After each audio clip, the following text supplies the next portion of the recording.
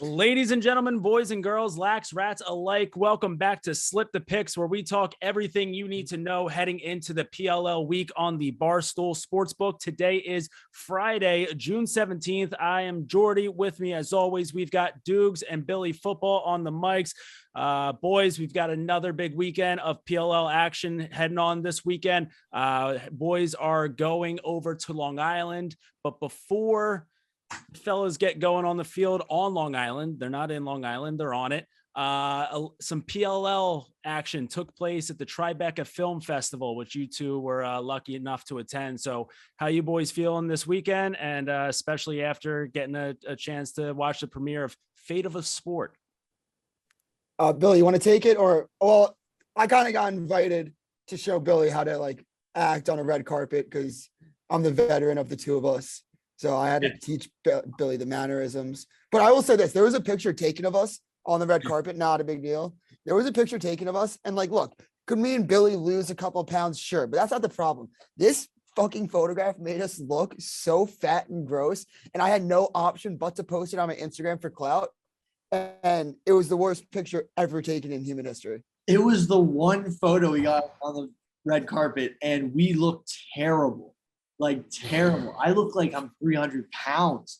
I saw that photo, and I've never tried to look skinny in a photo before. I've never done the sorority arm thing or done any angles.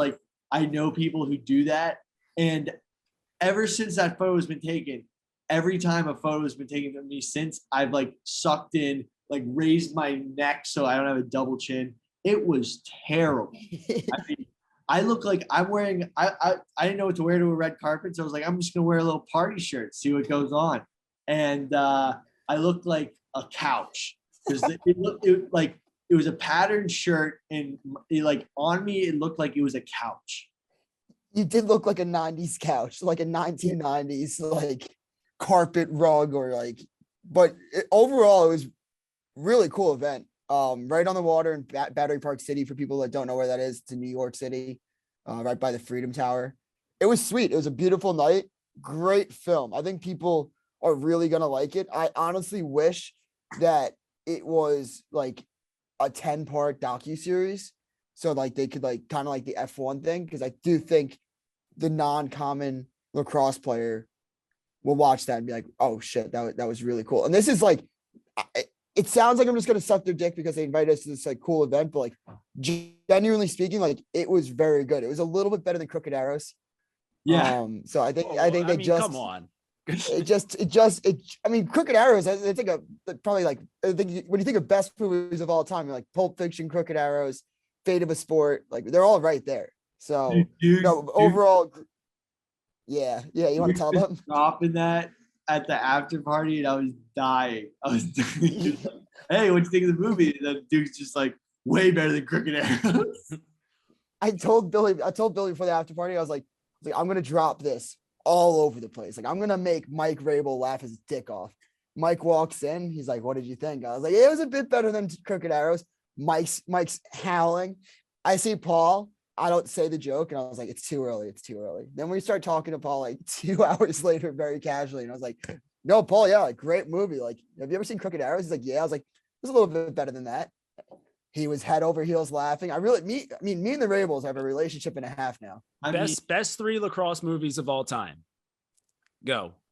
Fate of a Sport. Fate of a Sport, Crooked Arrows, and Slip the Picks episode 2. Yeah. American Pie is right up there. Oh, that's a good one. No, what's the one? Is that American Pie? Where's the one the Stifler? Yeah, but not Stifler, but the one where there's a rom-com with lacrosse. They're wearing blue jerseys. I totally forget what it is though. I know which one you're talking about. Yeah. It's American Pie. Well, they were wearing white jerseys, white and blue. With they were white and blue. Not a movie, but I'll throw Teen Wolf in there, right? Doesn't Teen Wolf play lacrosse? Yes. Well, Teen Wolf was a movie, but the Teen Wolf series. Okay, so it's a movie, lacrosse movie adjacent. Yes. So it's in the top 5 for sure. Yeah. A Warrior's Heart. That was a good one. Yeah, that was a really good one. What was the other one that I've seen?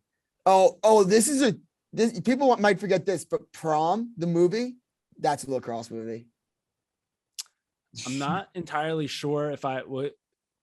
You might have skipped that era. That was like not a movie that won. Surprisingly, it didn't win any Oscars. Fate of a Sport might. I mean, It might win Best Picture of the Year. I think that people who don't like watch lacrosse will enjoy it better because they will have such an unbiased opinion towards all the characters and like what's going on. You know what I'm See, the saying? characters are real life. The characters I is know, but, like, documentary. I It's a know. documentary. I know, but like, it's gonna be great. It's gonna be great. It's gonna do what Drive to Survive did for F1 in America. Yeah. So No, I agree with that. I think that people are really good. And I thought that there's not that many people out there besides actually no one. No one knows more about the PLL than me. And last night I was like, wow, there's a lot of shit that happened that I didn't really think about or that I didn't know went on behind the scenes. So it was cool. It was definitely really cool. I mean, And Paul showed his vulnerability. yeah. I mean, Paul's a psycho. Like, Yeah. that was There were some scenes that they kept in there where I was like, holy shit, I can't believe you guys kept that in. And then the second thing I was like, holy shit, I can't believe RJ didn't put that in the vlog to begin with. Like there was stuff where I was like, whoa, that was juicy. No spoilers, or should I spoil it? No spoilers. No, well, so what is the deal with Fate? Like, it's gonna be out for public consumption at some point? Someone's I gonna think buy that I was hearing someone's gonna buy it. Like they're gonna try to sell it to like Netflix, HBO, like ESPN. I bet you it goes to ESPN. Because that would just make sense. Yeah, like, just put on ESPN. I mean, Plus, ESPN like, is just throwing a blank check to lacrosse all over the place. But what was like? I'm not a believe it or not, I'm not a film festival guy. Don't get brought to many of those. But like, so there were, I'm assuming a bunch of people that were there just for like random ass other films that were going on. Like, what was the general consensus, do you think, of like the entirety of the crowd? Like, do you think, like, obviously you guys were eating it up because you're lacrosse fans. Like, do you think that the other people in the crowd were like, damn, like this is pretty sick? I'm full. Like, I didn't expect, like, I was just like, oh yeah, we're going in. Like, this is just like a cool event. Like, I don't really care too. Like, I was kind of like, oh, I hope it's like a 45-minute doc. And like, yeah, like it's cool. I'm not like, I was shocked by like the entire thing. It was really, really well done. I think that like people that don't watch or follow lacrosse that were there definitely liked it. Because there was also people when you walk in, you think that there's gonna be like this whole red carpet and that people are just gonna immediately start taking pictures of you. But the red carpet was like behind the screen and like wasn't that big. It was very much like, it seemed like a pop-up movie. I don't know. Because it was different than I thought, but I think there's movie theaters all around the city or like all around Tribeca or like the financial district, right? So yeah, my vision of the Tribeca Film Festival was I thought there was just like a bunch of showings in like one place and everyone goes, but it's a little more separate. But it was definitely in the festival, and we walked the red carpet at the Tribeca Film Festival. We were cosplaying Entourage. It was pretty awesome. Yeah, okay. I guess that makes in my mind, it was just like everybody shows up on like one screen and it's almost like a show and tell. It's like, okay, here's your movie. And then it goes into it's your movie. But that, yeah, I feel like you guys would be there for like 18 hours if that were the case and there weren't a whole bunch of different screens. So yeah, I mean, I guess I understand why I thought it was that way, but that makes way more sense. So shout out to Tribeca Film Festival for figuring that out and not having my brain for that one. Yeah. Thank God you're not in charge. It was a great venue. People who even didn't have tickets to the movie were watching it from outside of the outside. So I think it did well. Like people were stopping and watching it who weren't lacrosse fans. All right. Well, yeah. So And end of the day, we'll figure out who snapped that photo of the three of you, and we'll make sure that they apologize on air. We'll bring them on to the next episode of Slip the Picks. I thought the boys look handsome. Billy, I thought your shirt looked great. You're going to a film festival. I think that shirt plays for a film festival crowd. Doogs, you looked great. So don't overthink it too much there, boys. Oh, I'm not. The amount of pictures. The best part about a PLL event is there's photographers all over the place, and you know that there's one good photo out there.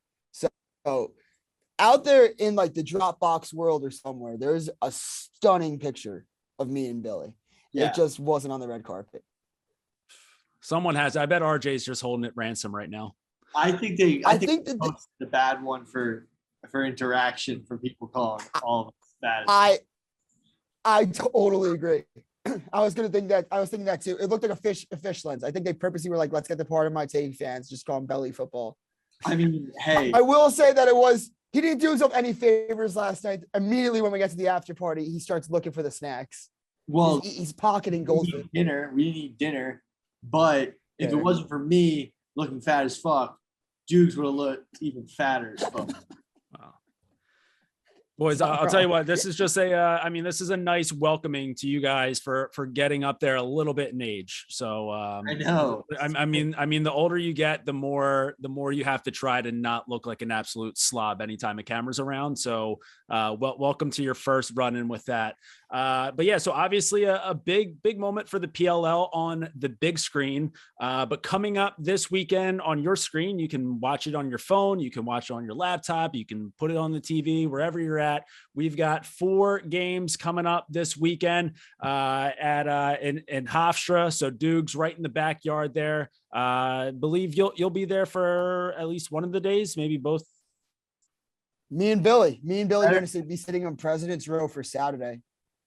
All right. So the boys will be in the building for the Saturday slate of games coming up on Saturday at 6 p.m. We've got Water Dogs and Chrome. Then after that at 8:45, it'll be the Atlas and the Whip Snakes. So over on the Barstool Sportsbook, first game of the weekend, Water Dogs and Chrome. So the Water Dogs, they're obviously coming off of pretty demoralizing loss last weekend to the Whip Snakes, where they had themselves a nice little lead. They let the Whips come back all the way to force overtime, and then it was Brad Smith with the overtime dagger. So the Water Dogs, they are right now they're the underdogs in this one. They're at +1.5 on the spread and +100 on the money line. Chrome, what a hot start to the season for the Chrome. They're coming off of a big time win last weekend where they just dismantled the Redwoods, pretty much forced the Redwoods to tap a 12-3 win over the Woods. We'll talk more about the Woods later because they are adding a familiar face back to the lineup this week. But Chrome right now, they're -1.5, and on the money line, they're at -127. Over under on this one, pretty low at 22.5. So boys, Water Dogs, they probably need a nice little bounce back. They got to get that first win in the Sowers era. I don't want to keep calling it a curse. I love Michael Sowers, think he's a great Philly guy. Would love for him to just start racking up some dubs, but until it happens, can't say that it's not a curse. And Chrome, Dukes, this is your squad. You're Captain Chrome. Chromac, been leading the Chrome march all season long. So how do you boys feel heading into this one? Chrome. Billy, you want to go first? You want me to?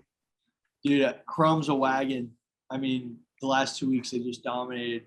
And doing that to the Redwoods when we talk, we're talking about the Redwoods later, but the Redwoods needed to win that game, and the Chrome absolutely dismantled them. Did you just call last week a must-win for the Redwoods?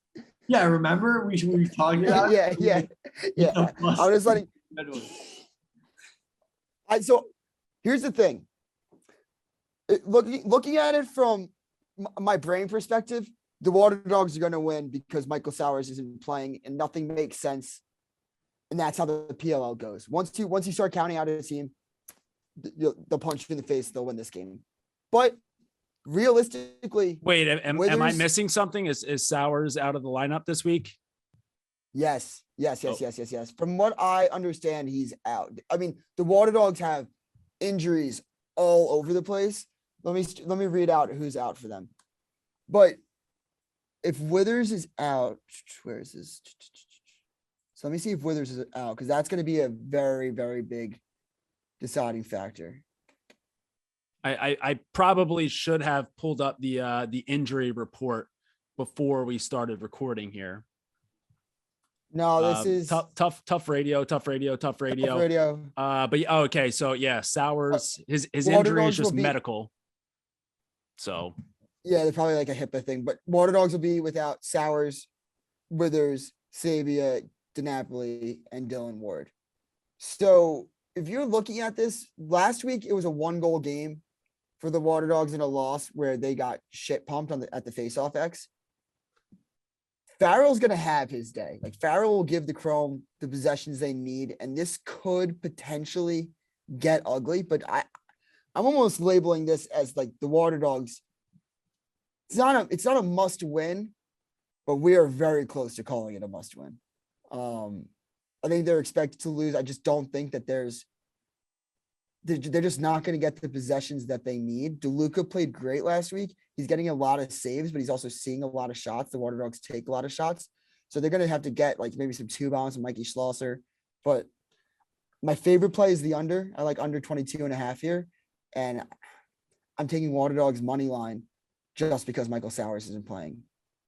But realistically, I think the Chrome probably win. But I'm taking the Water Dogs money line.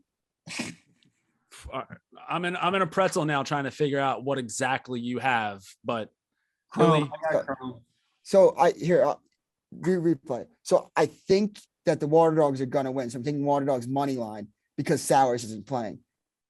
But I think the Chrome probably win. But I'm taking Water Dogs money line. This is the most boneheaded fucking thing. I get what you're saying because I understand it. Basically, you're like, I like what you're really trying to say is you like the value of the Water Dogs winning and you think it's worth the chance that they will win, but Chrome is the sure pick. I think the Chrome's a lock, but I'm taking the Water Dogs on the principle that Michael Sowers is playing. Right. And you like the value. No value. There's no value. It's a plus 100. What is it? Yeah, plus 100. I'd be shocked if the Water Dogs won, but yeah, I'm taking Water Dogs and I love the under. The under might be my favorite play. Ooh. Billy, We had a long night. I like the Whip Snakes in the next game. Atlas hasn't been too strong. They've been dominating. I thought we were still talking. We're still talking Water Dogs. From Chrome. Water Dogs. I went already. I said Chrome. Oh, okay. Yeah. All right. Yeah. No. Atlas Whip Snakes. I actually like the Whip Snakes here. They are plus 125. I think this is the money dog lock. This is the money line bet I would take. I think that the Atlas is tough and they do have huge domination with Trevor Baptiste on the X and their defense, but I feel like the Whip Snakes will be able to pull out this upset. And I like the value here, plus 125. I also think this is going to be an under game. My one under game of the week. I just have a feeling 24.5 is a lot. And I don't think they're going to put up, I think it's going to be more of a defensive battle and hopefully the Whip Snakes can put up some points. I think Rambo will probably go off. So I really like betting on the Whip Snakes, especially when they're on the dogs. Yeah, I mean, both Whip Snakes games so far this season have gone with the under. And this one, just so everyone at home knows, so over under on this one, 24.5. Billy, I don't know if you just brought this up or not, but Atlas minus 1.5 on the money line, minus 162, Whip Snakes at plus 125. Yep. Yeah, I mean, a lot of low scoring games, and by a lot, I mean 2 for the Whip Snakes so far this season. Real quick, just to circle back to close out Chrome and Water Dogs. Doogs, I'm surprised that you didn't really bring this one up, just being the Long Island homer guy that you are. But just a huge, like, Connor Farrell, regardless of if Jake Withers was in the lineup or not, I think that Farrell was going to have himself a day, just this game being at Hofstra. So he's obviously going to have a huge crowd for him. Scanone, he's a Long Island guy. Nick Turn, Long Island guy. Pretty sure Dylan Malloy, also a Long Island guy. Yeah. So, I mean, just just a lot of Flids on this Chrome roster who are going to have to show out for their friends and family coming up to Hofstra for this game. So it'll just be like, a bunch of, they'll hit their favorite deli before the game. They'll bring the cutlets in for halftime. Cause I'm pretty sure like you don't have like oranges at halftime. You just cutlets. So, I mean, these boys will be feeling right at home. Water Dogs without Sowers, debatably a better team. But that is a pretty heavy injury report that they are currently dealing with. So DiNapoli out, Sowers out, Withers out. So yeah, I think going to be a little bit too much for them to overcome. I like the Chrome in that one. Billy, I'm going to have to disagree with you here. You don't like, no one ever gets rich betting against Nick Saban the same way that no one will ever get rich betting against the Atlas this season. Doogs, your thoughts on Atlas Whipsnakes? Yeah, I got, here's my thoughts. The Atlas are going to win by 5+ goals. I don't think this is going to be remotely close. The Whipsnakes have looked like shit the past 2 weeks, in my opinion. I think that this isn't the Whipsnakes team that we're accustomed to. Could they be great down the line? For sure. The talent's there. I think that this is leaning towards like 16-8. I think that like Nardella's capable to keep it close enough with Baptiste, but Trevor seems like it's early in the season. It's early in the season, but we could be looking at Baptiste MVP season. Dude, are you saying that the Atlas are going to do to the Whipsnakes what they did to the Cannons, the worst team you think in the league? Yeah, I think the Atlas are going to do this all year long.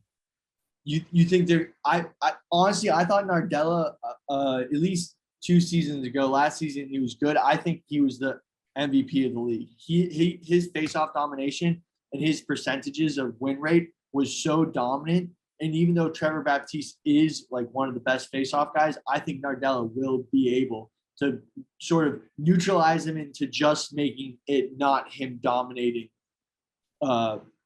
possession. It's going to like turn like a Trevor Baptiste is, going to be dominating possession to, it's more of a 50-50 than anyone just winning in a lopsided faceoff.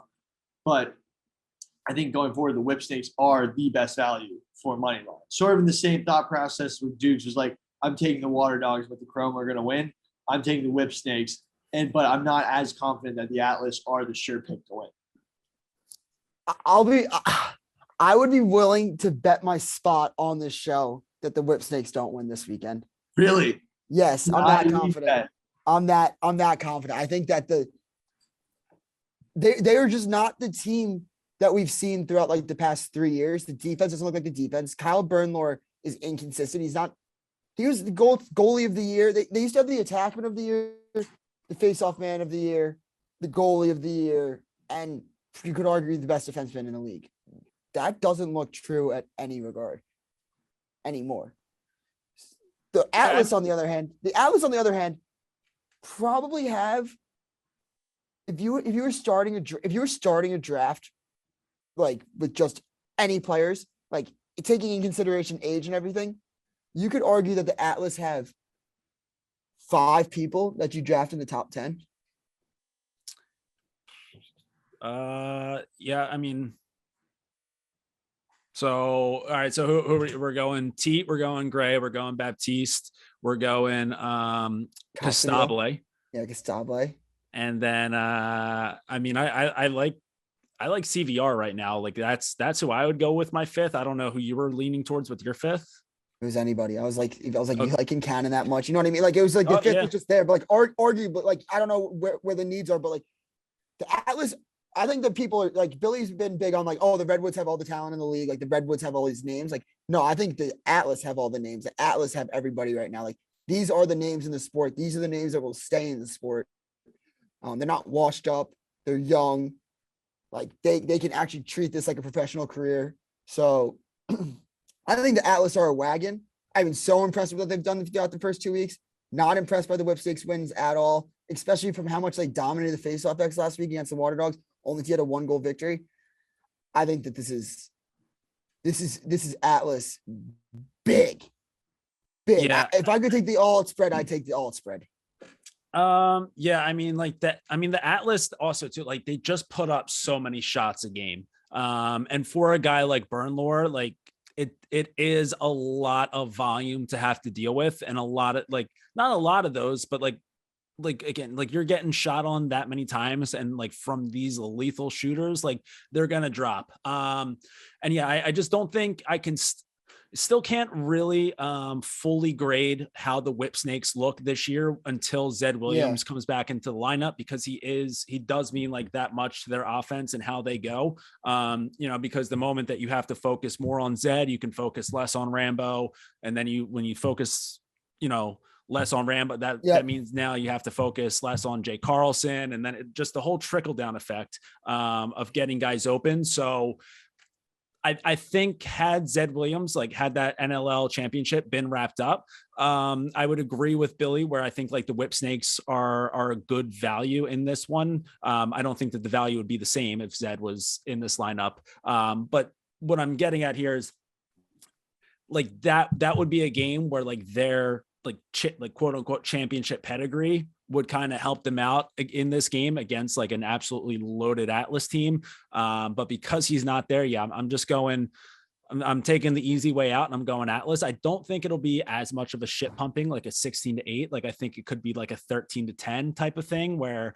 cause yeah, like that Whip Snakes defense is still very good. So like I don't, and the face-off battle will even out some things. So maybe the Atlas won't get as many shots as they typically do.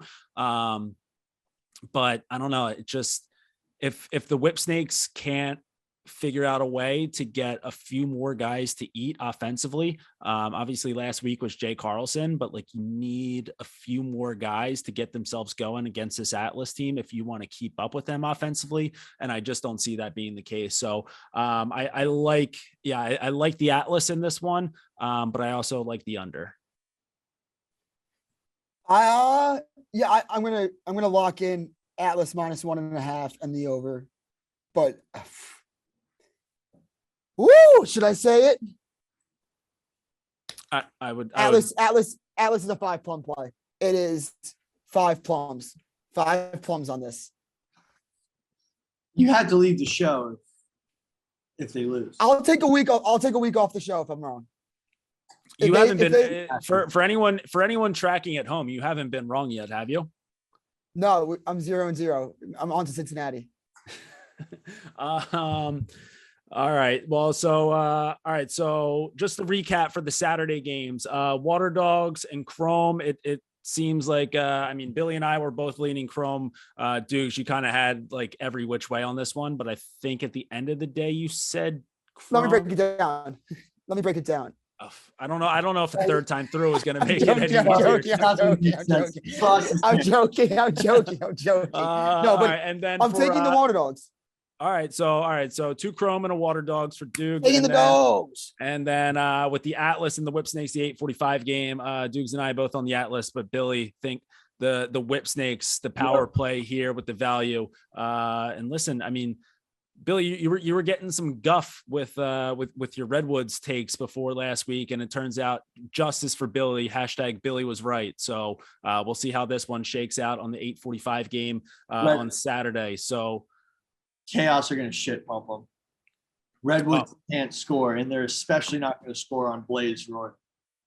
So yeah. Well, so that brings us into the Saturday slate of games. 1 p.m. I believe that this game, this is going to be on. Oh wait, hold up. So I guess these games got flipped around a little bit. So new schedule here. So 1 p.m. Eastern, we've got Archers and Cannons. That game will be on ABC, and then 4 p.m. we've got the Redwoods taking on the Chaos. So Archers and Cannons, they are both 1-1 on the season. Archers,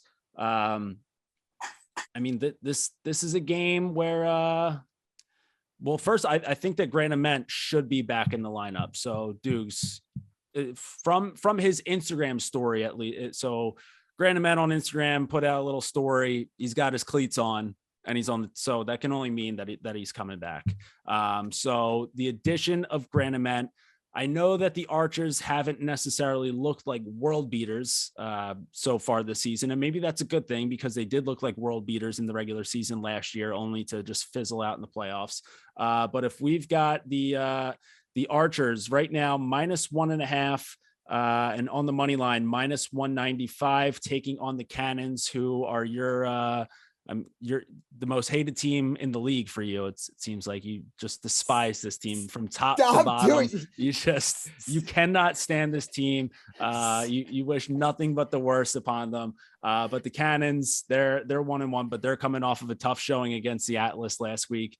So which of these teams do you think comes out on top on Sunday on ABC? I'm calling a timeout on this BS. I'm gonna get labeled as like the Cannons hater, and I don't want this bad juju in my pocket. Some people say it's because Lyle Thompson's on the team. That's why I hate the Cannons. Yeah. You said this is a thing against the creator. Yeah. All right, I'm down. All right, I'm down. No, but is Lyle gonna play? Is that like out yet? I was trying to look at the questionable. All right, well, that's going to be then my pick is questionable. I will say this. I'm kind of liking the Cannons in this game. I'm kind of liking the Cannons. Are you serious? I'm liking, not loving. It's like if we're going off like a Cold Stone Creamery scale, like it, love it, gotta have it. I don't know. I'm thinking. No, it's the Archers. Are you kidding me? The Cannons fucking suck. They're gonna finish last in the league. That was a bit for your kid. Yeah, but I will. Do you think so? Stephen Kelly's going against the Archers. He's with the Cannons right now, face-off guy. That's the only thing that worries me is revenge games. I hate revenge games against former teams, especially when you get traded from the team, especially when you were looked at to be the reason why you guys stunk in the playoffs. True. But Inacio will be in the building, so but new face-off rules not adjusted. We talked about this kind of, so like I'm a little worried about that. If we're just going based off talent 6-on-6, I like the Archers in the 6-on-6 battle. I think they're two teams that are like play very well 6-on-6 settled situations. I see this one going like 11-10, so I actually like the under in this. I'll play it safe. I'll go Archers money line and under 24.5. You like the value on the Archers money line? No, I hate it. But if I had to give a pick, I'd give Archers money line. Like I don't like the -1.5 enough. I think this one could go to overtime. And as we've seen in this league, like honestly, looking like Archers are gonna win, but value-wise, I kind of like Cannons to cover. Plus 110. Yeah, I mean, if they keep it within a goal, if it's overtime, right? They keep it within a goal, they lose by 1. That's there. You know what I'm waiting for? This is just gambling talk, just guys talking gambling. I'm waiting for some guy to have like Cannons plus 1.5 going into overtime, being like, "Yep, got this locked up." And then all of a sudden, somebody just hits a freaking 2-bomb to win it. That's gonna be when that happens. That's gonna be a really bad beat. That's going to be a really bad beat. I'm looking forward to it. Have we had any bad beats in the league so far this summer? Season? But last year, week 1, there was probably like one of the worst beats I've ever seen in any sport ever. It was Timmy Troutner. Like, I think it was like for the over under, but Timmy Troutner just full field chucked it, just like getting the ball out, like at the end of a scramble, and it just into the goal, and they didn't count it. Like it was fully a goal. Yeah, it was fully a 2-point goal, and they just didn't count it. Is it 2 points in overtime? Have they actually counted 2 points in overtime? I mean, I guess you would have to. You count 3-pointers in basketball in overtime? I know, but that's one of those things that like they might not do the stats properly. No, they'd have to. It would have to. Do you know it would cause such a stir? With a lot of money on the line, but like in overtime though, like maybe you can only win like if there could be a built-in rule just for like scoring differential where you can't like get that extra, like it's sudden death by one. We'd actually, we'll have to bring Paul on the podcast to discuss that one. Cause that's Billy, you bring up a good point. I don't know of any games that have been won with a 2-bomb. So we haven't seen it yet. Yeah. And it might be like, at the end of football game, when they score in regulation, when they sometimes just don't kick the extra point, like could be one of those situations. Fair point. I'm not going to say it's not a fair point. It's definitely a fair point. Valid argument. If that's the rule, I'm printing out the shirts, Rabel out. I'm just gonna be like, you got to be out of the league as a commissioner. Like that is the stupidest rule of all time. I'm not a hater, but trust me, I will become a day one hater. Like I will be in the comments having troll accounts being like, change the rules, change the rules, change the rules. I mean, it's crazy. I mean, going back to the movie real quick, being the commissioner of a league and playing in the league, like imagine if Roger Goodell played in the NFL, how much shit you would get on the field. And literally that's what Rabel had to do. What position do you think Roger would play? He'd be a long snapper.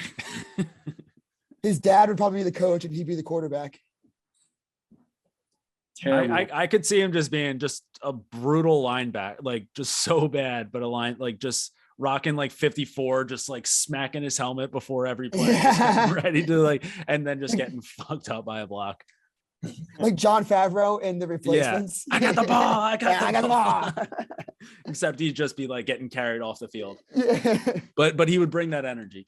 No, yeah, I mean, it is definitely wild thinking back at like, obviously this is a side note here, but yeah, like thinking back on it, playing in the league that you're also like a commissioner of, definitely.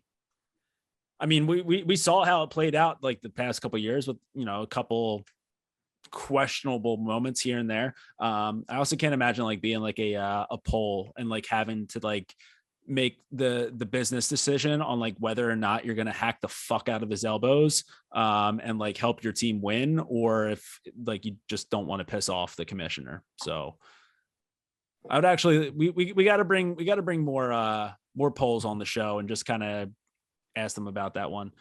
Oh my God. Yeah. We should probably get Rowlett on the show again. Yeah. Yeah. 1000%. Yeah. He was a great interview. Great. We should have Billy.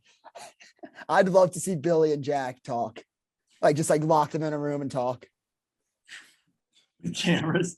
Yeah. I think you'd like him. He's a funny dude. But yeah, in this one, I do think the Cannons to cover.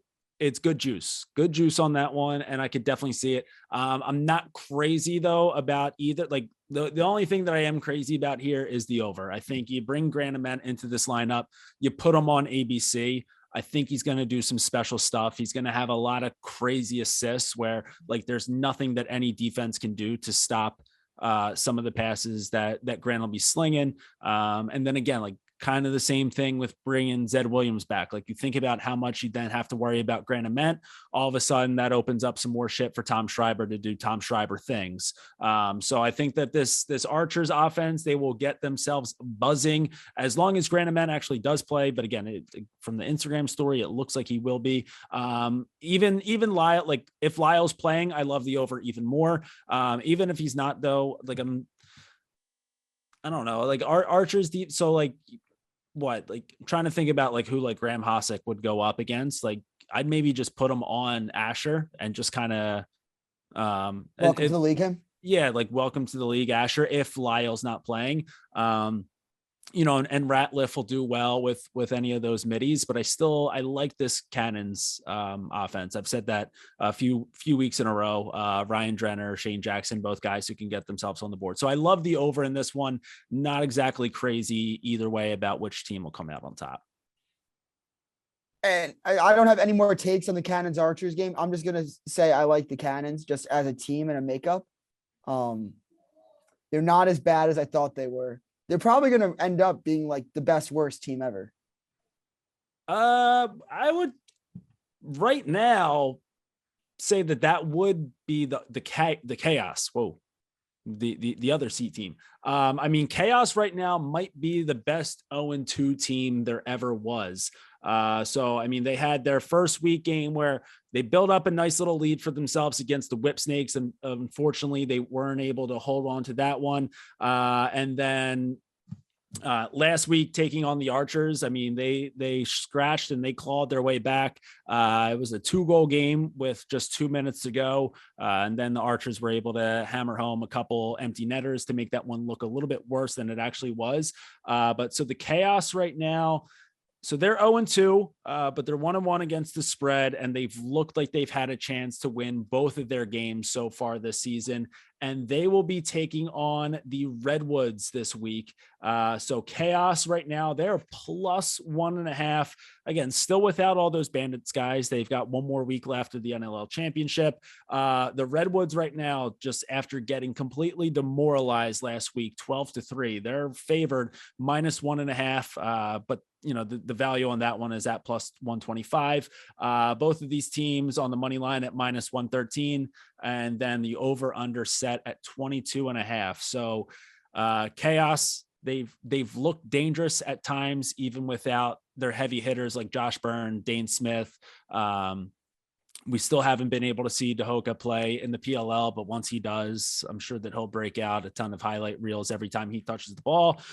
Redwoods, like, they're coming into this game, the tail's probably tucked between their legs. They might come out with a little bit of bark just to show that they have some signs of life, but the tail's got to be between the legs. They are bringing back Sergio Salcido from the player pool. So both surges on this Redwoods offense. So bringing him back after trading him to the Chaos. So potentially a revenge game for Salcido, but also a revenge against the Redwoods. Doogs, where do you put the revenge on this one at? Revenge is all over the place. Revenge, left, right, up, down. It's revenge everywhere. No, seriously. Like, you look to the left of you, the coach that traded you away. You look to the right of you, the coach essentially the player pool. I mean, there's revenge to be had, and it's going to happen at Hofstra at 4 p.m. on Saturday. I'm fired up for it. But I know where Billy's going to go. I know where Billy's going to go with this. He's probably going to say the Redwoods are going to lose by 1 million because their offense sucks. And let me tell you this, their offense does suck. But I do think that they get this done. I think that they kind of have to look around the locker room and realize that if they start over 3, people are going to have to get traded, in my opinion. I don't really think that there's not enough weeks in the season. It's a pretty short season. You can't just you don't have any time to waste. But yeah, I'm going to go Redwoods -1.5 actually. And I'm going to go over 22.5. The offense looks a little bit lost. We've alluded to it. There's just too many initiators, not enough finishers on this team. Hopefully Sergio Salcido could open some things up for this offense, which will allow passing lanes for Miles Jones, which saw him thrive in last year with his ability to pass, but they just need to keep it simple. It seems like they were overcomplicating things the past couple of weeks. I mean, 3 goals in a PLL game is fucking atrocious. It literally cannot get worse than that. So let's hope for more goals. What is it? What does the Six Flags guy say? More flags, more fun. More goals, more fun. I'm taking the over in the Redwoods. Billy? Yeah. Redwoods are dead. That's it? Redwoods are dead to me. Yeah, but then you met Kyle Harrison last night and you were like, oh my God, I love your stick. And I was like, did you just say you love his Were you talking about the crankshaft? Yeah. They need to bring it. You know what? So, all right. So so Paul was recently on Part of My Take. So if you guys haven't heard that interview, make sure that you go back and you listen to the Part of My Take episode with Paul Rabel. But on the show, he had mentioned where with the All-Star game format, they're going to take basically fan recommendations on the way that the game should be, like rules and stuff like. I think one rule should be that if your team scores 3 goals in a row, you all get to use crankshafts. Like kind of like in the video games where you score 3 goals in a row and now your players are on fire and they have just maxed out stats. Like if you score 3 goals in a row, everyone should be able to use a crankshaft, and now all of a sudden everyone's just gassing the ball like 120 miles an hour. What was the advantage of the crankshaft? Did it actually make you shoot faster? I know for a fact it did. I'm gonna venture to guess that there was probably some sort of science that said that it did. Whether or not that actually worked out, who knows? Like that was just like a wild time for lacrosse gear everywhere, where like people were like, all these companies were just coming up with wild things to make it seem like lacrosse was advancing their technology. And I think it was just like people just like getting drunk one night and being like, yo, well, no, it'd be sick. Like if we just bent the shaft. Do you want me to explain it to you? The science behind it? Yes. Yes. Okay. Here we go. I think the listeners need this. Wait, time out on the crankshaft. Did you guys ever see the crankshaft 2.0 where it was just the stick was more bent? Like it was like two more degrees. It was crazy. They just kept bending the stick. I was like, holy shit, this is just gonna be like nothing. The limit does not exist. I think that the bent shaft made it lighter. And I think that the aerodynamics, when you went with the 3/4 shot, it increased it by like 2 miles per hour. That makes zero sense. Why would the bend make it lighter? It's something with like the special head, because you could only get the crankshaft with the K18 head. That was the problem with the crankshaft, is that you had to buy the K18 head with the K18 shaft. If you could just get like an Evo 2.0 with a crankshaft, I probably would have been D1 for sure. I'm gonna venture to guess that like the thinking behind it was just that the bend was gonna make it like just way more of like a cat, like you'd get more. Oh yeah, that more velocity on the shot from it being back a little bit further. I'm actually, I've never heard anyone say that it was lighter, but yeah, I like the thinking. Also, I want to get a long pole. If anybody out there has a long pole crankshaft, give it to me. I'll buy it for $300. How much do you think you'd shoot with that thing? What does Jared Newman shoot? 121. 122. Well, either way, all-star game. See this belly last night? You see What's this that? belly? I got a lot of torque. I got a lot of torque in this belly. You see that picture last night? What is speed is mass and no. Yes, mass times volume equals speed. No. Force equals mass times acceleration. There you go. You're bringing a lot of force behind that shot. But yeah, so STX, if you're listening to this right now, which we know that you are, for the All-Star game, just make sure that you get the boys some crankshafts, and I think 3 goals in a row is a fair assessment. What the hell were we talking about though, where we got onto that tangent? We were talking about how the Redwoods are dead, but then Billy, you met Kyle Harrison and you liked his stick. No, I agree with the assessment. I think that the Redwoods are dead. I just think, I don't know, this chaos team has been able to, again, we're not crazy about the Whip Snakes. I get it, but it's still a top level team. And they were able to get out to that lead against them. The Archers also on that same, they're not at the same tier as the Atlas, but like they're both of those teams right underneath. And what we've been able to see the Chaos do with those teams, I think that they're going to be able to get themselves out to a nice little lead, get Austin Stotts running a little bit more, get him more involved. And I think they won't necessarily have to worry nearly as much, in terms of, the Redwoods making a comeback the same way that the Whip Snakes did, just because like you look at this Chaos defense, they're missing Ian McKay, but other than that, like they're still pretty much the same unit that they're going to be the whole season. So Jack Rowlett and Jared Newman, like the way that the Redwoods play ball, it's a lot of just initiators, a lot of guys who are going to get it done by themselves.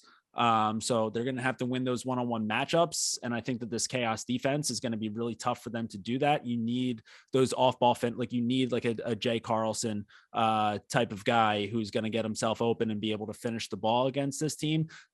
Don't love the guys that the Redwoods have to do that in this game. So I don't think, I think as long as the Chaos are able to get themselves to a nice little lead, I think that they'll be able to hold them off pretty easily. And the longer this game goes on where the Redwoods are losing, the more demoralized that they'll be. So I love the Chaos in this one.